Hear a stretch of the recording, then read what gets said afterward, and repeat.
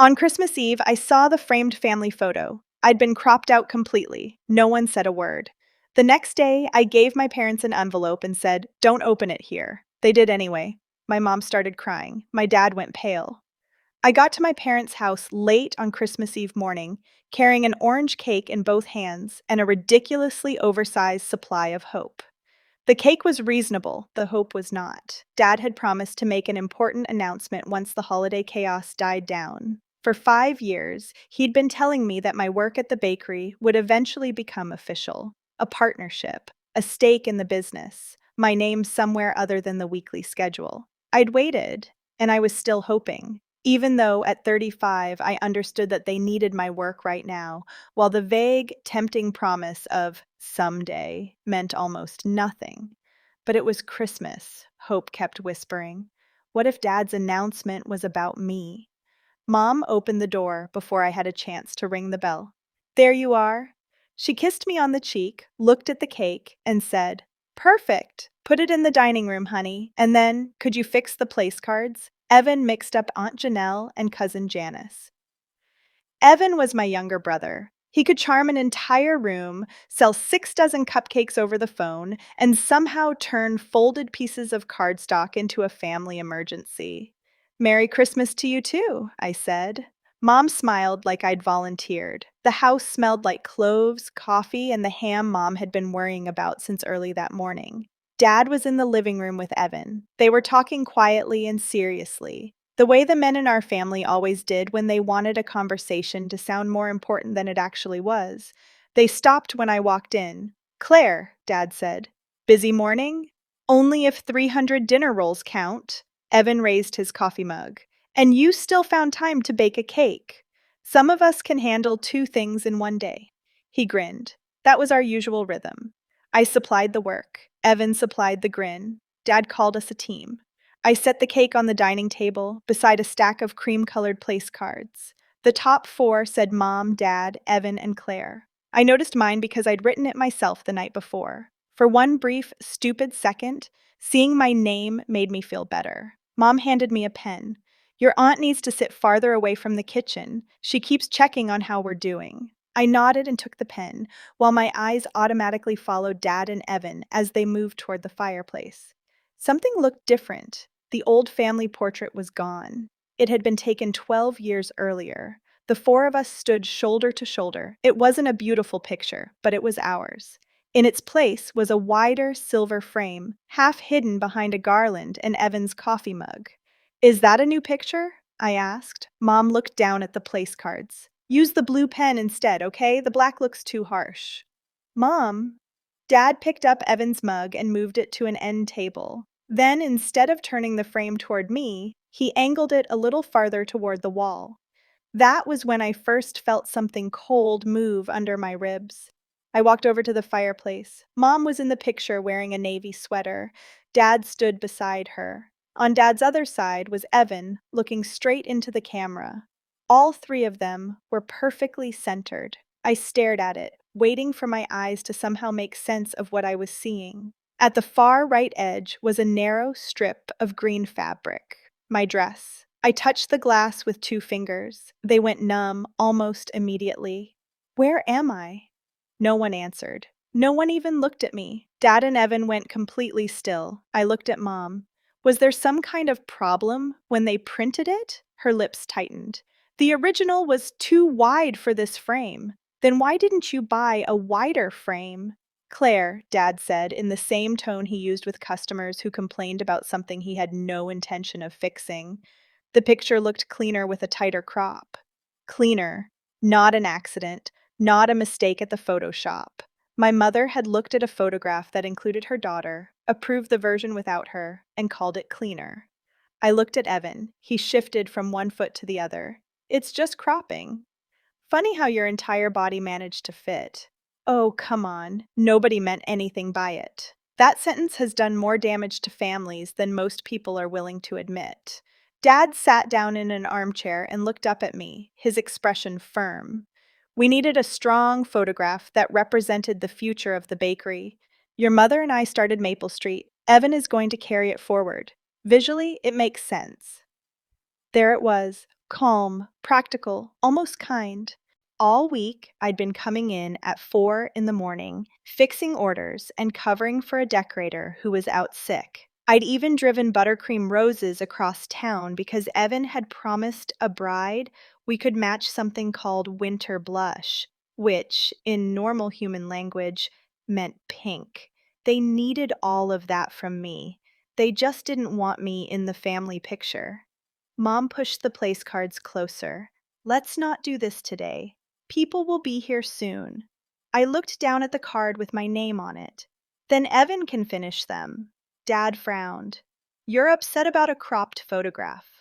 No, I said. I just finally saw the pattern. My voice sounded steady, almost calm. My body wasn't.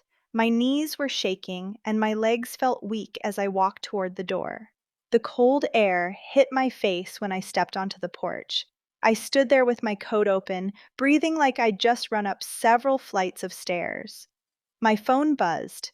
I expected a message from the bakery. Instead, I saw a new post from Maple Street. The cropped portrait filled the screen. Underneath it, Dad had written that this Christmas marked the beginning of a new chapter.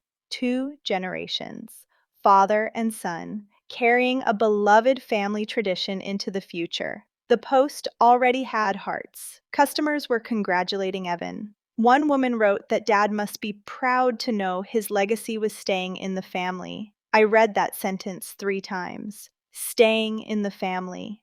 From my parents' porch, I could see the bakery. The upstairs light was still on. My coat still smelled like butter and yeast from the work I'd finished there before sunrise. I opened an email I'd been saving for 3 months. The last line read, "If you decide you're ready, call me before you sign anything." I tapped the number below it. Ms. Robertson answered on the fourth ring. She was the attorney who had reviewed some old documents for me back in September. I could hear voices and dishes in the background. Claire? I'm sorry, I know it's Christmas Eve. Are you safe? The question was so simple I almost cried. Yes. I looked through the window at the 3 people moving around the fireplace beside a photograph I had apparently been forbidden from appearing in. I'm ready to sign. There was a pause. Are you sure? For the first time in my life. I signed the papers at my kitchen table in my apartment. I didn't feel brave, I felt sick. When you stop holding up the thing everyone else has built their life around, it doesn't feel like freedom at first. It feels like a disaster. Your brain starts screaming that there's an emergency you need to fix immediately, like you left the stove on somewhere. I put the documents in a plain cream-colored envelope. Then I forced myself to sleep. The next afternoon, my parents' dining room was full of people. Not exactly packed, but crowded enough that every private sentence came with an audience. Evan was carving the ham. 2 relatives were cheerfully arguing about football. The new picture had been positioned where everyone could see it. I waited until Mom and Dad were standing together by the buffet. Then I handed Dad the envelope. Don't open it here. Dad looked at my name written on the front. What is this? Something you should read in private. If this is about that picture, we're not turning Christmas into a drama. Then don't open it here. He tore the envelope open. Of course he did. Dad believed people only asked for privacy when they lacked the courage to have their decisions publicly overruled. He read the first page. His face changed. Not confusion, recognition. He turned the page, then the next one.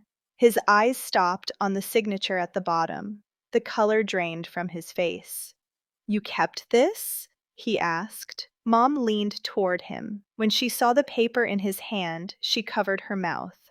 Claire, she whispered. Then she started crying. Evan put down the carving knife. What is it? Dad ignored him. You can't do this on Christmas. I looked at the photograph behind him. Why not? Apparently, Christmas in this family is exactly when we make announcements about the future. Mom grabbed my wrist. What are we supposed to do now? That hurt almost as much as the picture. Not, I'm sorry for what we did to you. What are we supposed to do now? About themselves. Always themselves. I gently pulled my hand free. Read it in private, I said, and this time, read the whole thing. Then I left. Behind me, Evan asked again what the papers meant. Dad answered, "It means your sister has decided to punish the entire family." I kept walking. He was wrong about one thing. For 5 years, I hadn't been punishing them. I'd been believing promises, waiting, hoping things would eventually become fair. Only one thing had changed. I had finally stopped volunteering to punish myself. 5 years earlier, Maple Street had been on the edge of bankruptcy. Dad called me at 11 at night and, for the first time, didn't pretend everything was fine. Two major holiday clients had canceled. One of the ovens needed repairs. Dad didn't have enough money to make payroll. Evan had just moved back home after going through 3 jobs in 2 years and was considering his options, which meant sleeping late in his childhood bedroom. At the time, I had a small catering business and worked out of a rented commercial kitchen. It wasn't glamorous, but it was mine. Customers knew 12 of my recipes by name and specifically asked for them, including my orange cardamom cake and rosemary rolls. Dad wanted me to bring them to Maple Street. Just for the season, he said. 2 months. Help us get people coming back. I agreed because he was my father, and because Mom was sitting at the desk opening bills with shaking hands. But I brought one sheet of paper with me. It listed all 12 recipes and said, in plain language, that they belonged to me. Maple Street had permission to use them. If the bakery ever claimed ownership of them, that permission ended. Dad read the document standing beside the mixer. "You need a contract with your own father? I need a contract with the bakery. It's the same thing, which is exactly why I need the paper." Mom looked at me quickly. Then, to my surprise, she nodded. "Sign it," she told Dad. "If it's only there to protect her, what's the harm?" Dad read every line. Slowly, carefully. He stopped several times and asked questions. Then he signed it. Mom signed beneath his name as a witness. Dad smiled and held out his hand. "Welcome home, partner." I felt warmth spread through my chest as I shook his hand.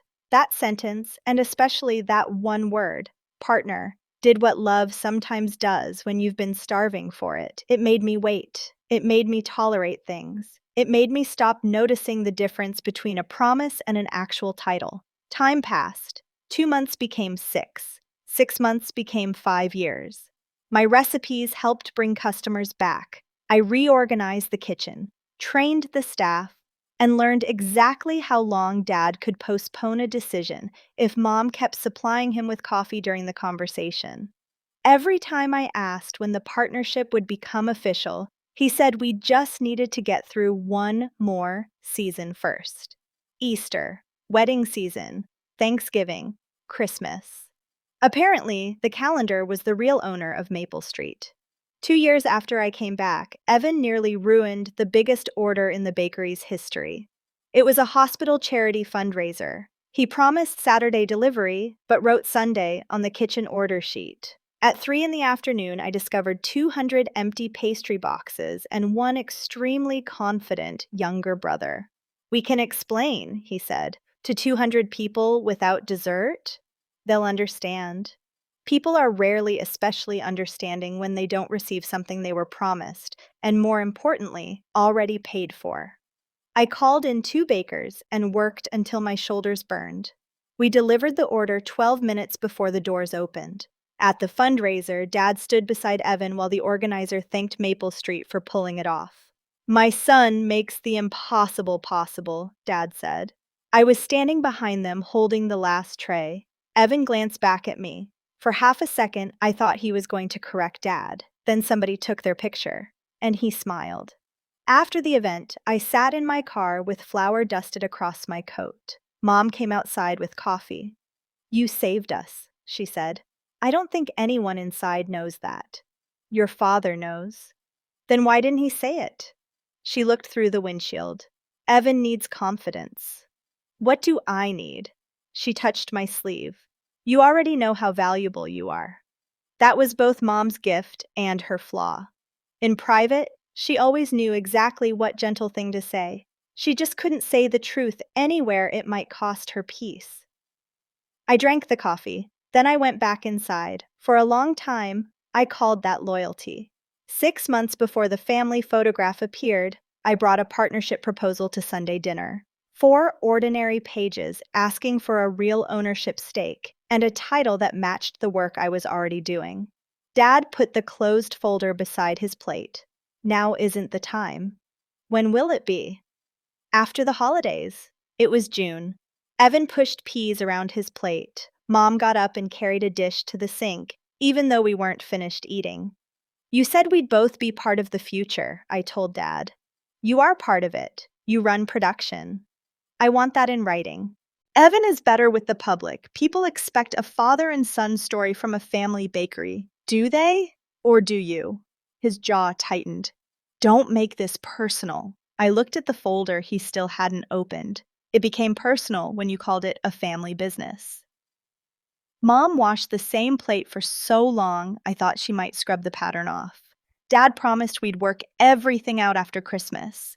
Christmas had stopped feeling like a date. It was more like some distant country where fair decisions apparently got made. When dinner ended, I took the unopened folder home. 3 months before the photograph appeared, I brought 2 documents to Ms. Robertson's office: the partnership proposal and the old recipe agreement. I told her I wanted information, not a war. She read the old document twice. These 12 recipes belong to you before you joined the bakery? Yes. And this list matches products Maple Street currently sells? The most recognizable ones, she pointed to Dad's signature. Then this is very clear. He acknowledged that the recipes belong to you. The bakery received permission to use them, not ownership. What happens if I leave? You can give notice. And if you want to protect customers who already placed orders, you can offer a transition period. What if he says the recipes belong to Maple Street? She tapped the final sentence with her finger. Then, under the agreement he signed, he terminates his own permission to use them. I sat perfectly still. He'll say he doesn't remember. His signature won't disappear because of that. But Dad did remember. I knew it even then. Anything that benefited him, he remembered with remarkable clarity. He simply believed I would never use that piece of paper against him. Until that Christmas, he was right. Ms. Robertson prepared a resignation letter and a formal notice for me. I asked her to include a 90-day transition period so Maple Street would have time to adjust. The old agreement required less, but the employees had rent to pay and customers had placed holiday orders in good faith. I left without signing anything. Some part of me still wanted Dad to open my proposal, call me into his office, and say, I should have done this years ago. Instead, he removed me from the family picture. So on Christmas Eve, after I saw the post naming Dad and Evan as the future of the bakery, I signed 3 documents at my kitchen table: my resignation, notice of a 90-day transition period, and a letter reminding him that the 12 recipes listed in the attached copy of our agreement belonged to me, and that I was granting no permission for their continued use beyond the terms of that transition. That was what was inside the envelope. Mom cried because she had watched Dad sign a promise and then spent 5 years helping him act like it meant nothing. Dad went pale because he recognized the document. Not because he'd forgotten, not because the agreement surprised him. He went pale because the daughter he'd cropped out of the picture had finally decided to enforce the one boundary he couldn't talk her out of. A few days after Christmas, Dad sent me a letter accusing me of stealing confidential bakery property. He demanded that I transfer the rights to all 12 recipes to Maple Street. He copied an attorney named Mr. Bell. Ms. Robertson read the letter and called me. He just challenged your ownership in writing. I know. Do you want to withdraw the 90-day transition period? I looked at Dad's letter again. He never once called me his daughter. He called me a former employee 7 times. I want to protect the orders that have already been paid for, I said. Nothing else. 2 days later, we met in the small office above Maple Street. Dad sat behind the desk. Mom and Evan sat beside him. Mr. Bell placed a yellow legal pad in front of him. He was an older man with silver-rimmed glasses and the expression of someone who had been told he was there to sort out a simple family misunderstanding. Ms. Robertson sat beside me. I held the original recipe binder on my lap. My hands were shaking so badly the metal rings rattled. Dad noticed. For 1 second, I saw relief cross his face. He thought fear meant surrender because, for years, it had. "Let's get this over with," he said, sliding a document across the table. "You transfer the recipes to Maple Street. In return, I'll give you 10% of the business." I stared at him. 10%. 5 years of running production. 12 recipes I had personally developed before I ever came back. 10% of a business he had just publicly handed to my brother. Evan leaned forward. "That's a fair offer." Apparently, my ability to be sarcastic had finally woken up. "Really? Based on what?" I asked. "How exactly did you calculate that my recipes plus 5 years of doing practically all the production work are worth exactly 10%? Why not 3, for example? Or 5? Why be so generous?" Evan looked at Dad. Dad leaned back in his chair and crossed his arms. "If you refuse, we'll sue you for theft. You developed those products while you worked here." "No, that's our position." Not his belief, his position. I pulled the old agreement out of my binder and put it on the table. Mr. Bell reached for it. He read the first paragraph. Then he turned to Dad. "You didn't show me this." Dad's face went rigid. "It's an old family note. It has your signature on it." "I signed a lot of things when the bakery was in trouble." "So you do remember signing it?" Ms. Robertson asked. Instead of answering, Dad looked at me. "Claire knows what we agreed to back then." I did. He understood that the recipes were mine. He also understood that I needed his approval badly enough to protect him from his own promises. Mr. Bell read through the list of recipes. "These were created before she joined Maple Street?" Dad said nothing. I opened my binder to my old dated notes. The first page for the orange cake still had flour stains on it. Several entries were dated years before the bakery's crisis. Evans stared at them. Dad said they were family recipes. "They became popular in the family bakery," I said. "That didn't make them his property." Mr. Bell took off his glasses. "Under this agreement, Maple Street cannot stop Claire from using these recipes. And your letter appears to trigger the clause terminating the bakery's permission if it claims ownership." Dad leaned back. "Then cancel the letter." For one stunned second, even Mr. Bell seemed to need time to process that sentence. Ms. Robertson said, "Written accusations don't work that way." Dad turned to me. "You're really going to hurt our employees because you're angry about a photograph?" There it was again, my boundary. His victims. I'd practiced my answer ahead of time. And still, I had to plant both feet firmly on the floor to say it. Maple Street can fulfill every order that has already been paid for, but it cannot accept new orders for my 12 recipes. I won't recruit your employees away from you, and I won't interfere with you selling the rest of the menu. "The business can't survive on the rest of the menu," Evan said. He sounded stunned, like he had just discovered that the foundation he'd built his life on, the one he assumed was solid, could disappear because it depended on a person whose contribution he'd never bothered to acknowledge. Dad pushed the 10% offer closer to me. "Sign it." I looked at the document, then at the cropped portrait Dad had brought from home and placed on a cabinet behind him. Apparently, it had already become official bakery decor. "2 days ago, you said I stole the recipes. Today, you want to buy them for a whole 10%. You might want to reconcile those two ideas before asking me to come back." Dad clenched his teeth so hard a muscle jumped in his jaw. 15%. I stood. My knees were still weak. I took the original agreement and closed my binder. Dad slammed his palm against the desk. "If you walk out of here like this, then you've decided to end this family." Mom flinched. Evan looked toward the door. I pressed the binder against my chest. "No, I'm ending the part where being family means you get to take things from me and call it love." Then I walked downstairs.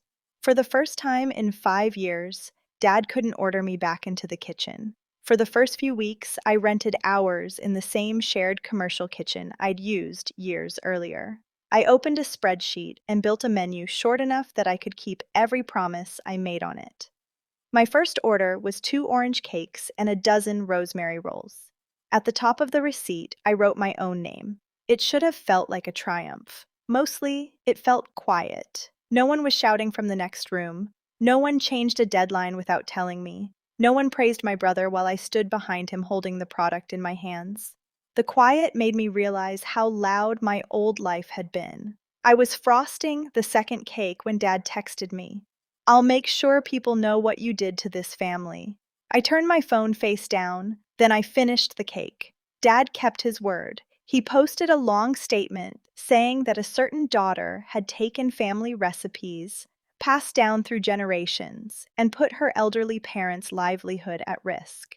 He didn't use my name. You could have mistaken that for discretion if he hadn't attached the cropped family portrait. It takes a special kind of confidence to erase someone from a photograph and then use the empty space as an identifying feature. Relatives called. They lectured me, questioned me, shamed me. A woman who had been asking about catering for a retirement party canceled her inquiry. A longtime acquaintance sent me a message that started, "I don't know the whole story, but..." Nothing merciful has ever followed those words. I wrote a 6-paragraph response detailing every date, every promise, and every lie. Emotionally, it was incredibly satisfying. Then I deleted it. I posted 2 sentences. "The recipes I use were created by me, and my authorship is documented in a signed agreement. I will not publish private family documents online, but I will not give up ownership of my own work." While I was still looking at the screen, a customer walked into the lobby of the rented kitchen. She was there to pick up a small cake for her sister's birthday. "Everything okay?" she asked. I locked my phone. "It will be." That weekend, Mom asked me to come home. The cropped portrait was back above the fireplace. Dad stood beside it. Evan sat on the arm of an armchair. Mom made coffee and set out 4 cups because, in our family, beverages often showed up where apologies should have been. "I'll delete the post," Dad said, "if you permanently transfer the rights to the recipes to Maple Street." So the post isn't true. It reflects how the situation looks to people who haven't seen the agreement you hid even from your own attorney. His lips tightened. Mom pushed a cup toward me. "Maybe you could let them use the recipes until your father retires, just so the bakery can survive." "He has no plans to retire." "That's not the point." "That's always the point. The end date is always someday later." Evan stood up. "I can't recreate them overnight, Claire." "You don't have to. Sell the rest of the menu. Hire someone experienced. Develop your own products." "Do you know how much that costs?" "Yes, I know exactly what skilled labor costs. That's why Dad preferred getting mine for free." Dad stepped forward. "That's enough." The old command was still there in those words. My body heard it before my mind did. My shoulders tightened. My mouth went dry. Then I looked at the photograph. All that remained of me was the edge of a green dress. I pointed at it. "You're doing the exact same thing with the recipes." Mom followed my finger. "What do you mean?" she asked, very quietly. "You want to keep the useful part and remove my name. In the picture, you kept a piece of my dress because you couldn't crop it cleanly enough. At the bakery, you want to keep the things I created as long as nobody has to acknowledge they're mine." Evan looked away. Dad said, "This is a business, not family therapy." "Then stop using family whenever you want something from me for the business." I set down the untouched coffee. Dad picked up a folded sheet of paper from the table and handed it to Mom. "Post this," he said. "People are asking whether you agree with Claire." Mom unfolded it. From where I was sitting, I could read the first line. "As Claire's mother, I am heartbroken by her decision." Mom read the page in silence. Dad waited. I had watched this moment in different forms my entire life. Dad made the decision. Mom softened the delivery, but always went along with the decision. Later, in private, she would explain to me that he hadn't meant it the way it sounded. She lowered the page. "No." Dad blinked. "What?" "I'm not posting this." He stared at her. Evan froze. Mom's hands were shaking, but she tore the paper in half. "I approved the photograph," she said, looking at me now. "I knew it was wrong. I knew it would hurt Claire. I told myself I was doing it for the bakery, and I knew that was just an excuse." Dad said her name in warning. She kept going. I watched you sign the agreement with Claire. I knew the recipes belonged to her. And I knew you planned to give the future to Evan while leaving Claire in the kitchen. The words weren't polished. They came out unevenly, with long pauses. That was why they sounded true. Mom picked up her phone. Dad moved toward her. Don't you dare. She stepped back. I haven't dared for years. She typed a short message and read it out loud before posting it. She wrote that I had created the recipes before joining Maple Street, that Dad had signed an agreement acknowledging that the photograph had been cropped with her approval, and that she was sorry for helping erase both my work and my place in the family. Then she touched the screen. For several seconds, Dad couldn't speak. For the first time, I watched his power leave the room while he was still standing in it. I didn't hug Mom. I didn't pretend everything was suddenly healed. One truthful statement couldn't repair years of silence, but it changed something. For the first time, she defended me in the place where I had been hurt, in front of Dad, in front of Evan, and in front of everyone who had seen the lie. Thank you, I said. At that moment, it was all I could give her, but it was more than nothing. Dad deleted his post. The calls from relatives became less frequent. Some customers came back to me, some didn't. Maple Street kept selling the rest of its products, and for a while Dad acted like nothing important had changed. But the bakery hadn't only lost 12 recipes, it had lost the person who knew which orders were too large, which ovens ran hot, which employees could calm an angry customer, and which promises Evan had made before checking with anyone else.